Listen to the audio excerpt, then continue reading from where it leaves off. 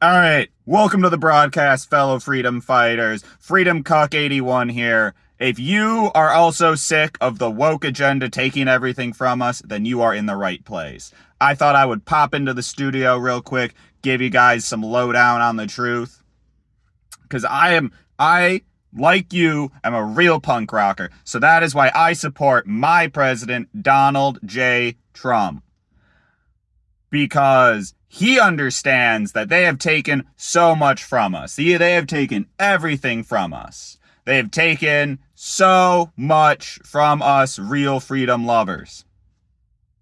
And I am here to say that, when I was a kid, I was a real rebel. I was a real punk. I was going out there. I was exploring. I was drinking water from garden hoses. I was staying up out past my bedtime. Let me tell you what, I was a real rebel.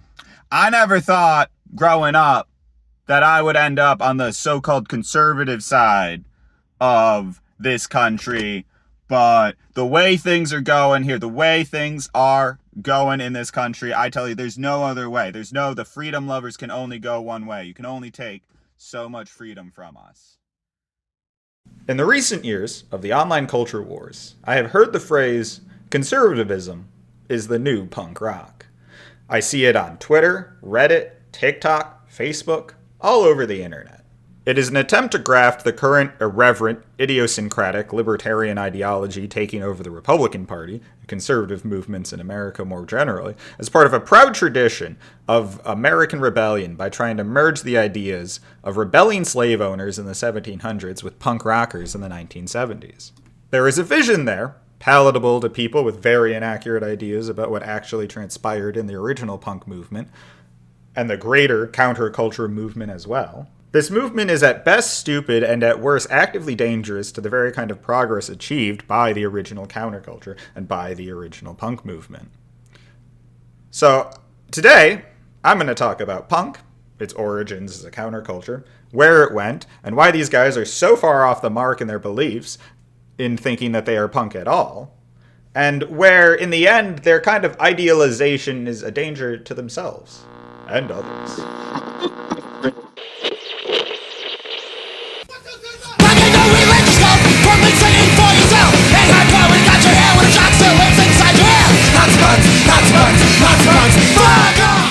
Part 1. The original riff. In order to think that punk rock is just a mindless anti-authoritarianism is to take it out of the historical context that it emerged from. In order to understand punk, we have to understand what it came out of. There's a lot of debate on who wrote the first punk song and what the line between rock and punk is exactly. I, for one, will say that it's the Stooges with I Want to Be Your Dog, which means that Michigan invented punk. But instead, I want to look at the moment that groups like the Stooges, the Fugues, the Clash, the Kinks, and later Devo, Talking Heads, and Joy Division came out of. In the 1950s, mass media was controlled by very few image-obsessed and censorship-worried companies. This was the era of the Hays Code for TVs and movies, the Comic Book Code Authorities, or CCA for comic books, and while there was no codified rule set for music due to the overlap with TVs and movies, it was essentially censorship by the same sort of framework as the others. This censorship was motivated by the post-World War II social paranoia of the early Cold War. Following the post-war recovery, it became easier than ever to get a hold of instruments, even if they were at times of dubious quality. This led to an explosion of the musical styles that people chose to produce and listen to. Vinyl pressings became cheaper and you could more easily distribute music in your local area, and smaller labels could work with artists to push people even further. They might not have been able to get you onto the Ed Sullivan Show, but due to the commercialization and the rise of advertising, it became easier to sell music further away than ever before. This led to more money in the door and a lower floor for bands to tour as cars and gas were cheaper and more widespread than ever, leading to the rise of the modern band on multi-city tour circuits.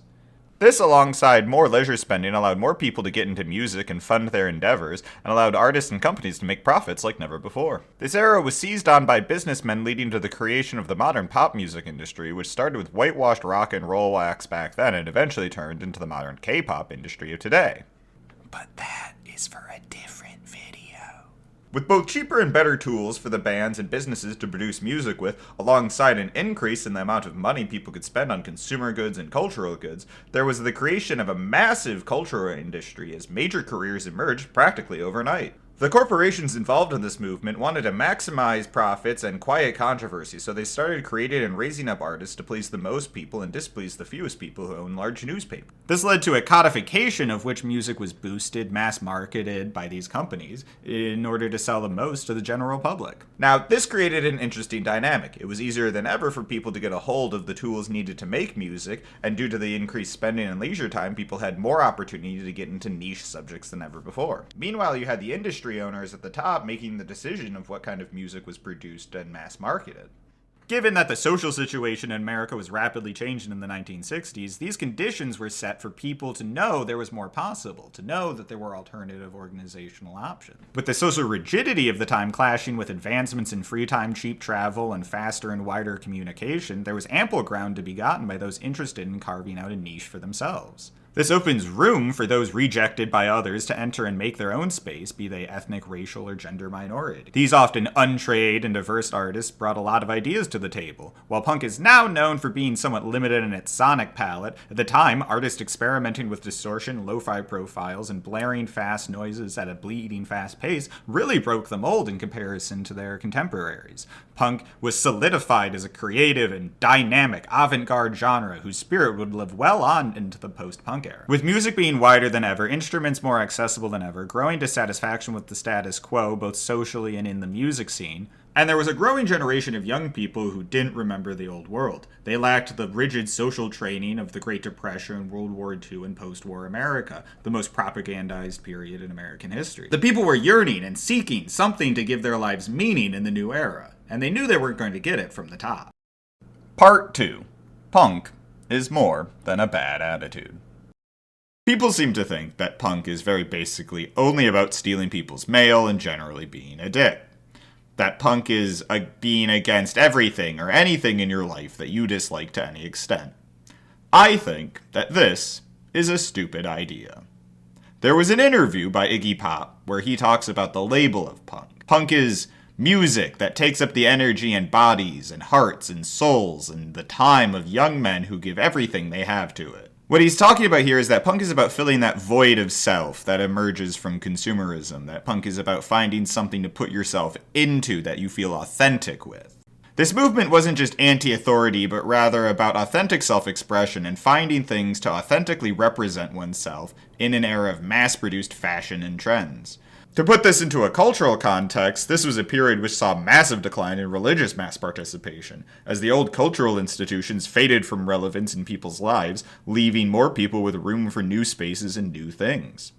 There was a generation of disaffected youths and people looking to make a place free of judgment for their race, gender expression, sexuality, and life goals. It was about self-control and individualistic self-determination, not control of others and imposition onto others. There's a small point here I thought which was interesting by Minor Threat's Ian MacKaye about how folk music is the music made by the people, not companies, but rather everyday people, and that the lower class character of punk and rock music make it the real authentic folk music of its era. To me, this is relevant because I think it raises an important point that the counterculture was an avenue for finding something away from the music and culture manicured by the big corporations. The rebellion of punk wasn't flipping people off, smoking cigarettes, drinking alcohol underage, and refusing to pay parking tickets. It was a youth-powered movement against decades of propaganda. In the modern day, people will use it as a bludgeon against things they don't like or as a way to excuse their bad behavior to groups and people they dislike. Instead, they will use the language of punk and the language of resistance to refuse someone else's self as invalid or fake or made up. People think it is cool to be punk and will therefore latch on to the name and the gritty dirtiness that comes with it as an easy excuse, but they're really just assholes finding a justification for a bad attitude. They are people who seem to think that punk boils down to the infamous fascist cosplayer and filth as a lifestyle guru Gigi Allen. Instead of aiming their distaste at abstract institutions, people will often aim their anger at real physical people they can reach. The original punks were not punching down on the vulnerable. They were the kids of World War II who had spent their whole lives being molded, told what to wear, what to think, what to feel. Their bodies were controlled. Who they could love was controlled. As this movement evolved, they invented much of what we know as alternative fashion today, including dyeing hair, getting piercings, and getting tattoos. If you like wearing graphic tees in public, you should thank a punk. These changes were not just a phase. These were lifestyle choices radiating outwards from the decay of the nuclear family. The revolution of the counterculture was not a single moment. It was their entire lives. Part 3. What is the Addy tonight?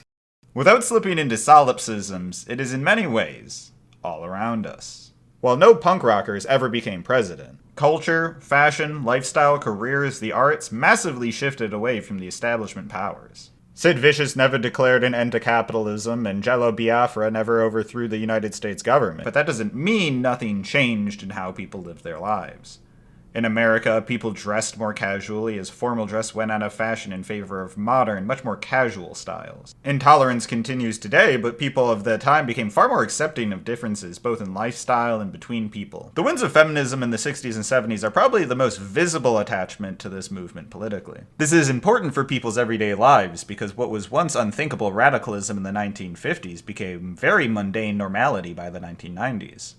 The once revolutionary notions of mixed-race marriages, gay relationships, and independent women become something that it was so normal to accept rather than the standard to hate. As we get further and further away from the 1970s culture victory, people forget what the world was like before. So if the culture victory is secured, where did the music go? Many original punk rock bands persisted with making music well into the Reagan era, but they were joined by a wider group of tastes and expression. Talking Heads brought a flowery, eclectic soundscape. Devo embraced the dystopic energy of punk music, and groups like New Order emerged as the leader of smoky, shadowy new wave. While punk does not have one singular branch, the sound has evolved and over waves of punk, classic, hardcore, new wave, post-punk. The genre has kept itself at the forefront of new music innovations as Future Nobodies pen their additions to the genre. In fact, the punk music was so successful that the industry made a washed-out, simplified version of it for anyone to get into.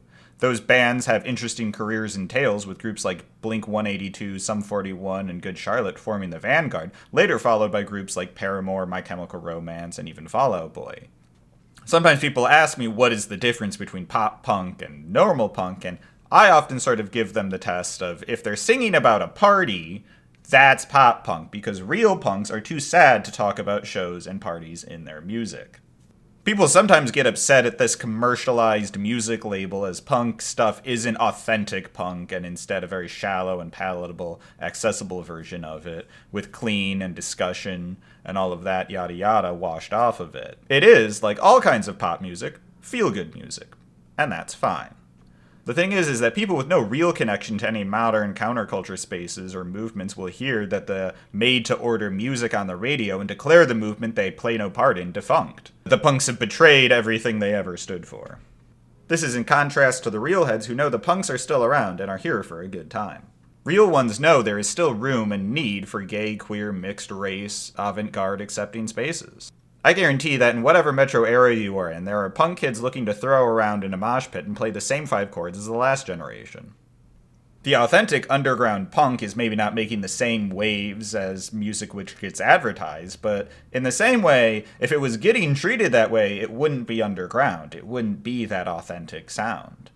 This is to say that people claiming punk is dead or conservatism is the new punk rock are wrong, because they simply have not done the work needed to get into being punk rock.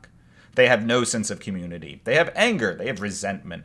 They are building nothing, expressing nothing more than vapid regurgitation of political talking points. To them, punk is no more than an aesthetic to buy into and an excuse for their bad behavior.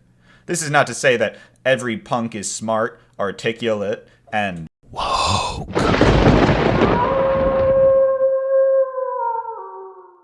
But there is, in fact, more to it than a bad attitude. Punk will never be conservative, but counterculture does have one dark thread we still need to talk about.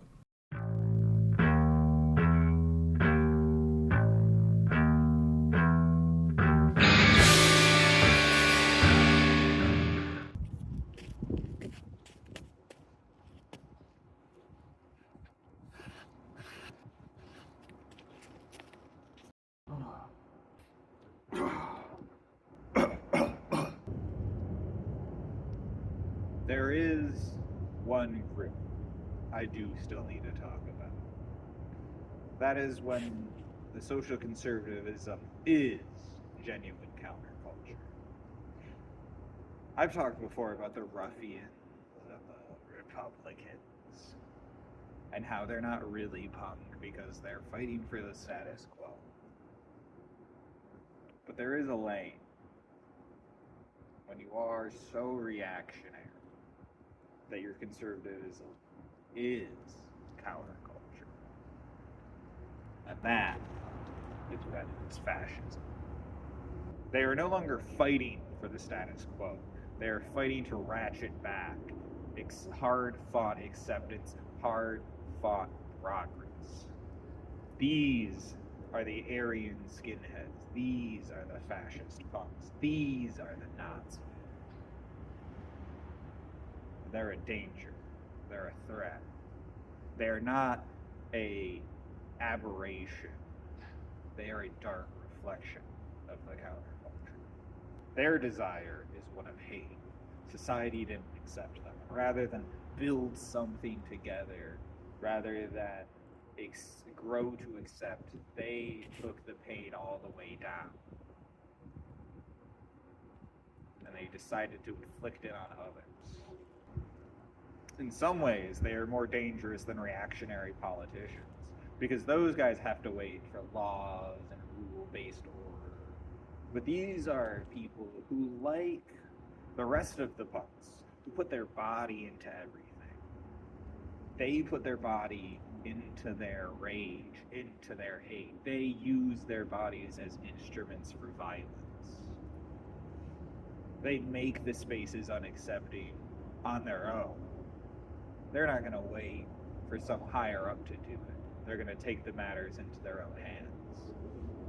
There is a dangerous dynamic here between those trying to advance social acceptance and those trying to regress it. For those of us trying to fight for more acceptance, the revolution takes forever, our entire lives.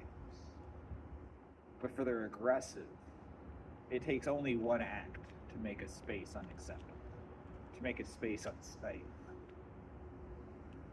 to undo years of courage with a single violent night. They undo acceptance, never to be regained. This is not to say that there is a fascist inside of every punk, but rather to say that those who want to claim this mantle of counterculture need to realize what they're asking. They're not just holding tradition. They're not just returning to some form of normalcy. What they're asking for is violence, intimidation, threats, murder. It is to wind back the safety, the hard-fought, earned victories, and to rob people of them.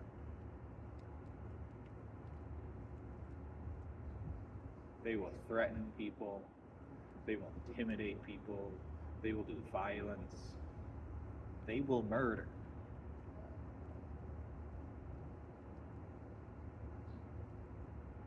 What these people are asking for is a threat, and it should be treated as such.